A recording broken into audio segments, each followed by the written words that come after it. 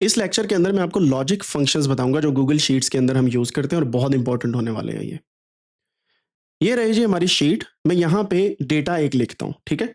अभी आपने गौर करनी है बड़े ध्यान से। मैं यहाँ पे डेटा लिखता हूँ एज का, ठीक है। एज में लिखता हूँ यहाँ पे डेटा से फॉर एग्जांपल 15, 20, 22, 18, 19, 10, 11, 5, 8 एंड 9। ये मैंने कुछ डेटा अपने पास एज का रख लिया, ठीक है। समझ आई बात की। अब हमने कंडीशंस लगानी है। लॉजिक फंक्शन का मतलब होता है कंडीशंस की बेस पे काम करना। और लेट मी सी कि मैं इस शीट का नाम चेंज कर दूं पहले। Logic function, functions. अब लॉजिक होती क्या है? लॉजिक होती है मंतक, और ये समझना आप लोगों के लिए जरूरी है। मेरे पास फॉर एग्जांपल आपके घर में ना ये सारे मेंबर्स हैं आपके घर के, 1 2 3 4 5 6 लोग हैं आपके घर में, ठीक है। अब लॉजिक क्या कहती है कि इन 6 में से जो फीमेल हैं उनको यहां पे लिखें, जो मेल है उनको यहां पे लिखें। सो फॉर एग्जांपल आपके घर में 3 फीमेल्स हैं और 2 मेल्स हैं, ठीक है। अब आपने देखा है कि यहां पे तो टोटल 6 लोग हैं। इसका मतलब है कि लॉजिक ये कहता है कि इस कंडीशन को पूरा करने के लिए आपके पास टोटल 6 लोग होने चाहिए। सो मे भी मेरी गलती से यहाँ पे 3 लोग मेल हैं और 3 फीमेल हैं, तो ये टोटल 6 बनते हैं, तो मेरे से ये गलती हुई, राइट। लॉजिक की पहली शर्त यह है कि उसकी कंडीशन पूरी होनी चाहिए। लॉजिक का मतलब होता है मंतक। मंतक का मतलब है कि अगर मैं कहूं, यहां पे मैं कहता हूं कि 6 टोटल लोग हैं, सो इस पे अगर मैं काउंट फंक्शन लगाता हूं तो ये मुझे क्या कहेगा? 6 लोग हैं टोटल। याद है कल हमने किया था ये काम, ठीक है। अब अगर मैं इस काउंट फंक्शन के अंदर कहता हूं कि काउंट इफ फीमेल्स, अगर सिर्फ फीमेल्स है तो वो मेरे पास क्या वैल्यू देगा? 3। क्यों? क्योंकि हमने कंडीशन लगा दी कि सिर्फ फीमेल्स को काउंट करो। यहां पे हमने कंडीशन लगा दी कि सिर्फ मेल्स को काउंट करो। सो कंडीशन जो है ये आपका बेसिकली डेटा में से स्पेसिफिक वैल्यू निकाल देती है। अब मैं आपको बताता हूं, अगर यहां पे ये रेड कलर जो है ये फीमेल्स का हो और ब्लू कलर मेल्स का हो, तो आप तो यहीं पे भी पता लगा सकते हैं ना। लेकिन गूगल शीट के अंदर आपके पास हजारों रोज का डेटा होता है, तो आपको कंडीशंस लगानी पड़ती हैं। Conditions are called logics, conditions, ठीक है। और इसके लिए आपके पास कंडीशनल ऑपरेटर्स होते हैं, कंडीशनल ऑपरेटर्स, ठीक है। जैसे आपके अरिथमेटिक ऑपरेटर्स है ना, प्लस माइनस डिवाइड मल्टीप्लिकेशन, ये आपके अरिथमेटिक ऑपरेटर्स हैं।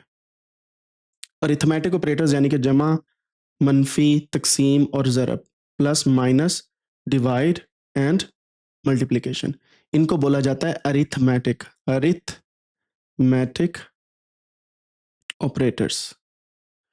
ये कोडिंग के अंदर यूज होते हैं।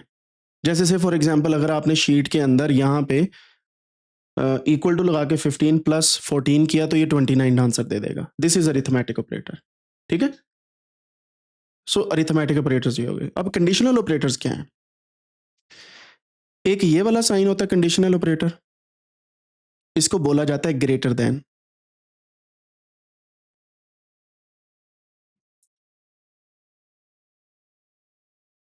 दूसरा साइन होता है ये वाला, इसको बोला जाता है लेस देन। तीसरा साइन होता है greater than and equal to, इसे बोला जाता है greater, sorry, than and equal to. और ये जो है less than and equal to, less than and equal to, और ये डबल इक्वल टू होता है यानी कि एग्जैक्टली इक्वल टू,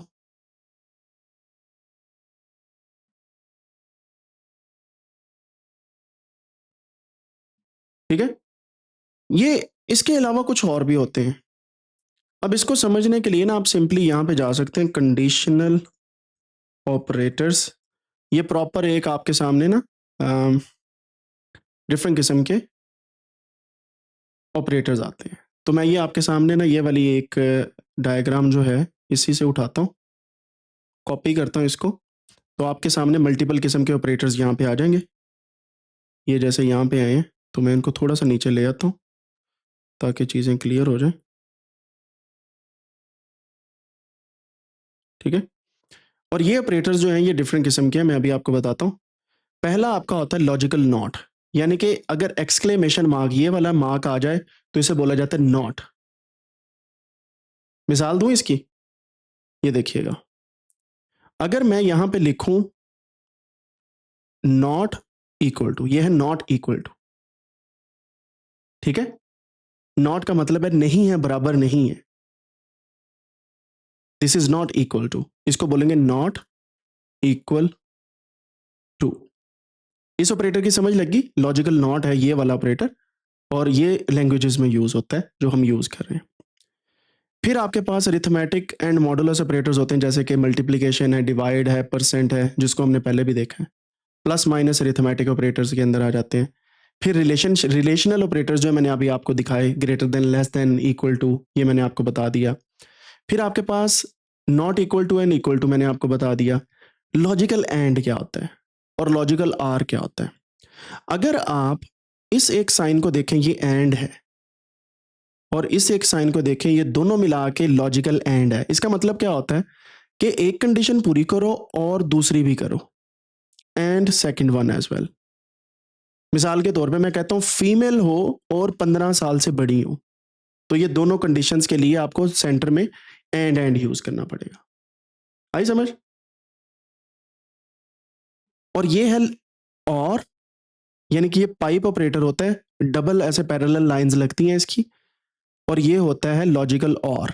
मतलब ये कि फीमेल हो या मेल हो, या आ जाएगा इसमें, यहां पे आएगा और, यहां पे आएगा या। ठीक है, तो ये इस तरीके से ना ऑपरेटर्स चलते हैं, ये जो मैंने आपको बताए हैं। असाइनमेंट ऑपरेटर होता है सिंगल इक्वल टू, जैसे मैंने आपको बताया कि हम किसी को भी किसी चीज़ के इक्वल रख लेते हैं। अब आप सोच रहे होंगे ये सारे साइंस कहाँ पे मौजूद है, तो उसके लिए सिंपली मैं क्या करता हूँ, यूएस लेआउट या जो हमारा कीबोर्ड है उसे हम अगेन ओपन करते हैं, एंड यहाँ से उसको देखते हैं कि किस तरीके से हमारे पास डिफरेंट किस्म के जो हैं वो कीबोर्ड के साइंस मौजूद हैं। जैसे हमने कल भी देखा था, ये है जी हमारे पास कीबोर्ड। अब सबसे पहले देखते हैं हमारे पास इक्वल टू ये वाला बटन होता है, इक्वल टू ये वाला, जिससे आप इक्वल टू लगा रहे हैं। ठीक है, माइनस ये वाला बटन होता है, इक्वल टू माइनस, और ये माइनस ये भी चल जाता है नम पैड का भी। अब अगर आपने प्लस चलाना है, या तो इसको शिफ्ट के साथ दबाएं, क्योंकि ऊपर वाले बटन जो है वो शिफ्ट के साथ चलते हैं। ये शिफ्ट का बटन दबा के रखें, फिर ऊपर वाला चलेगा प्लस।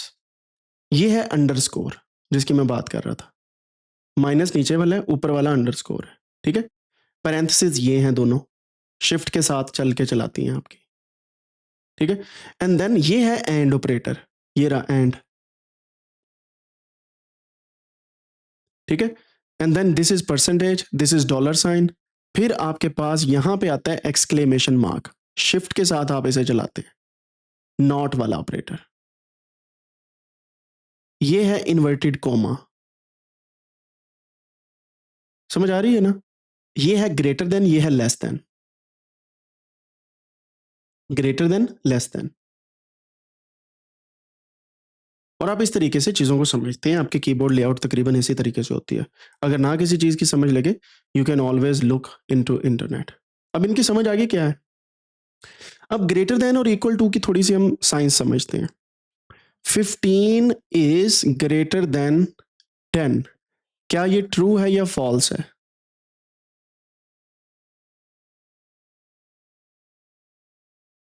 ट्रू है। आपको कैसे पता चला कि मैंने 15 को ग्रेटर देन लिखा है। साइन के थ्रू। अब इस साइन को हम तीन चीजों में तोड़ते हैं, एक ये वाला पॉइंट है, एक ये वाला है, और एक ये वाला है। ठीक है, अब आप देखें कि जिस साइड पे, इसको मैं सेंटर से कट करता हूं, इस साइन की जिस साइड पे दो पॉइंट्स आते हैं ना, हम उसको कहते हैं कि दिस इज ग्रेटर देन।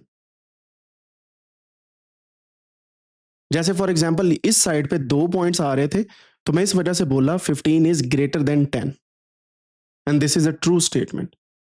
अब मैं आपसे पूछता हूं 15 इज ग्रेटर देन 5। ये ट्रू है या फॉल्स है जो मैंने लिखा हुआ है? बोलना मैंने जो मर्जी है, आपने मुझे बताना ये ट्रू है या फॉल्स है। ये फॉल्स है, क्यों? क्योंकि मैंने लेस देन का साइन लगाया। अब 5 जो है वो ग्रेटर देन 15 है, इस वजह से ये फॉल्स स्टेटमेंट है। सो ग्रेटर देन का मतलब होता है जिस साइड पे 2 नुक्ते हैं वो ग्रेटर देन होता है। अब एक और साइंस आपको समझाने लगा। मैं कहता हूं कि ये मेरे पास एक डेटा है, इस डेटा में से वो वैल्यूज लेके आओ विच आर ग्रेटर देन 15। ठीक है, समझ आई बात की? इफ की कंडीशन लगाई, ग्रेटर देन 15 मैंने यहां पे आर्गुमेंट लगाया। अब मुझे ये बताएं जो वैल्यूज इस डेटा में से आएंगी वो कहां से स्टार्ट होंगी?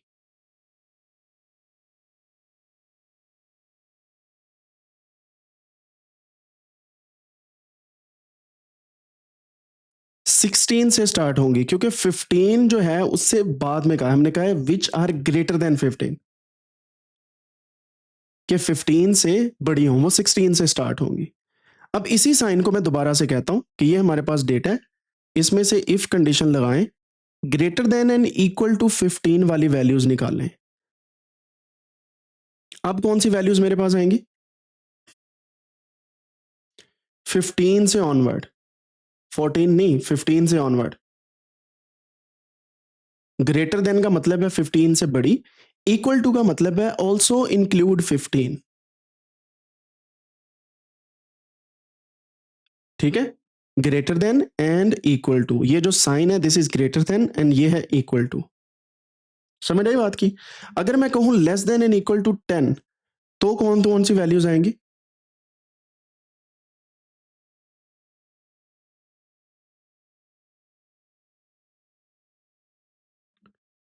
10 से छोटी वैल्यूज, 10, 9, 8, 7, 6, 5, 4, 3, 2, 1। यहां पे आएंगे 15, 16, 17, 18, 19, 20, 21, 22, so on so forth. So these are conditional operators. समझ आ गई बात की? यहाँ पे रिलेशनल ऑपरेटर्स भी इन्हें बोला जाता है, लेकिन कंडीशन के साथ भी ये यूज होते हैं। अब हम इनको यूटिलाइज करने वाले हैं गूगल शीट के अंदर। होपफुली आपको समझ आ गई है कि किस तरीके से हमारे ये वाले ऑपरेटर्स जो हैं वो काम करते हैं, and now we are going to use. ठीक है, समझ आ गई बात की? क्लियर है? अब मैं यहाँ पे एक कंडीशन यूज करने वाला हूं। मैं यहाँ पे टेक्स्ट का कॉलम बनाऊंगा बेस्ड ऑन दिस कॉलम। ठीक है, और इसका नाम रखता हूं अडल्ट। अडल्ट कौन होते हैं पता है आपको? जिनकी एज 18 से ऊपर हो, 18 से ऊपर, 18 इंक्लूडेड, 18 से ऊपर, greater than and equal to 18। ठीक है, आई समझ? अब मैं यहां पे लिखता हूं इक्वल टू, इफ, देखिएगा, इफ दिस वन, अब मैं यहां पे इस पे क्लिक करता हूं, इज ग्रेटर देन 18। ठीक है, तो मैं यहां पे इसको एंटर कर देता हूं। अब यहां से मैं इसको जब नीचे लेके आता हूं, तो आपने देखा कि यहां पे वो कह रहा है कि wrong number of argument to if expected between 2 and 3। मैंने सिर्फ एक लिखा है, एक आर्गुमेंट नहीं चलना, वी हैव टू राइट 2 और 3 आर्गुमेंट। ठीक है, अब देखिएगा, अगर ये कंडीशन पूरी होती है तो यहां पे लिख दो ट्रू, अदरवाइज लिख दो फॉल्स। बात समझ आई? अब जो लोग 18 से या 18 से बड़े हैं ना, उनका आ रहा है ट्रू, बाकियों का फॉल्स आ रहा है। आई समझ? चले एक और तरीका बताता हूं, मैं फॉल्स को रिमूव करता हूं, ट्रू लिख देता हूं। यहां से ट्रू लिखते हैं एंड ये फॉल्स, अगेन क्योंकि ट्रू एक आर्गुमेंट है। मैं यहां पे ये भी कर सकता हूं कि इसको लिख दूं अडल्ट स्ट्रिंग के अंदर, अदरवाइज क्या करो, किड्स। अब आप देखिएगा, यहां पे ये कॉलम ऑटोमेटिकली इस कंडीशन पे बना है कि अगर किसी की एज 18 से ज्यादा है तो वो अडल्ट है, वरना किड्स है। समझ आई बात की? अब इस फॉर्मूले को मैं आपको समझाता हूं कि ये किस तरीके से काम करता है, एंड ये बहुत ईजी हो जाएगा फिर आपके लिए। ये है फॉर्मूला, मैं इसे कॉपी करता हूँ, यहाँ पे हम ले आते हैं इसे और यहाँ पे इसको देखते हैं कि किस तरीके से काम करता है। ये आपका एक फॉर्मूला है जी। हमने क्या किया, इफ की कंडीशन लगाई, A2 सेलेक्ट किया, A2 में से जो ग्रेटर देन 18 है ये हमने फाइंड किया, और अगर ये सच साबित होता है, ये वाली कंडीशन ट्रू है जो मैंने आपको पहले ट्रू फॉल्स में पूछा था, अगर ट्रू है तो ये प्रिंट हो जाएगा, अगर फॉल्स है तो ये प्रिंट हो जाएगा, सिंपल। ठीक है, समझ आ गई इफ कंडीशन की। अगर वो कंडीशन ट्रू हुई तो ये पहली वाली वैल्यू प्रिंट होती है, वरना सेकंड वाली। समझ आ रही बात की? अगेन, इफ कंडीशन, इफ एक ऐसा फंक्शन है कि अगर ये वाली कंडीशन पूरी हो तो आप यहां पे स्ट्रिंग लिख देंगे कोई भी, वो वहां पे लिखी जाएगी, वरना फॉल्स वाली जो लिखी होगी वो आ जाएगी। ठीक है, अगर आप से फॉर एग्जांपल ये ना लिखते तो ये फॉल्स ही लिखा आना था कि ये कंडीशन पूरी नहीं हो रही। ठीक है, इसलिए इफ कंडीशन जो है वो बहुत इंपॉर्टेंट है। यहां पे आप देखें किड्स और एडल्ट आ रहे हैं। ठीक है, अब अगर मैं greater than and equal to लिखूं, अब देखिएगा ये 18 वाला भी जो है वो अडल्ट में चेंज हो गया।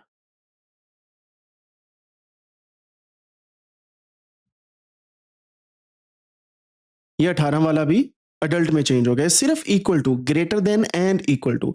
इक्वल टू आपने बाद में लगाना होता है इस पे। ठीक है, लेस देन इक्वल टू, फिर less than and equal to करना पड़ेगा। This is how you can सी।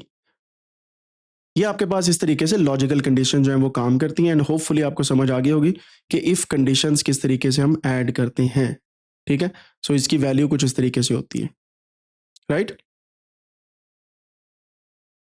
यहां तक क्लियर हो गई जी? इफ फंक्शंस और कंडीशनल ऑपरेटर्स आपको समझ आ गई। अब एक और काम भी आप कर सकते हैं कि यहाँ पे आप जो 5 साल और 8 साल वाले बच्चे हैं उनको कुछ और कह दें, बाकियों को कुछ और कह दें, और इस तरीके से भी ये काम चल सकता है। लेकिन लॉजिकल ऑपरेटर्स को समझना बहुत ज़रूरी है। इस वजह से मैंने ये लेक्चर के अंदर आपको logical operators, relational operators, arithmetic operators, जो लॉजिकल नॉ है, एंड है, और है, इसके बारे में आपको बताया। अब आपने यही काम करना है कि इन ऑपरेटर्स को यूटिलाइज करके फंक्शंस को राइट डाउन करना है। ठीक है, ये बेसिक कोडिंग है। इसके बाद में एडवांस कोडिंग आपको मैं सिखाऊंगा जिसके अंदर आप डिफरेंट किस्म के जो फंक्शंस हैं वो बनाते जाएंगे। क्लियर हो गया जी यहाँ तक?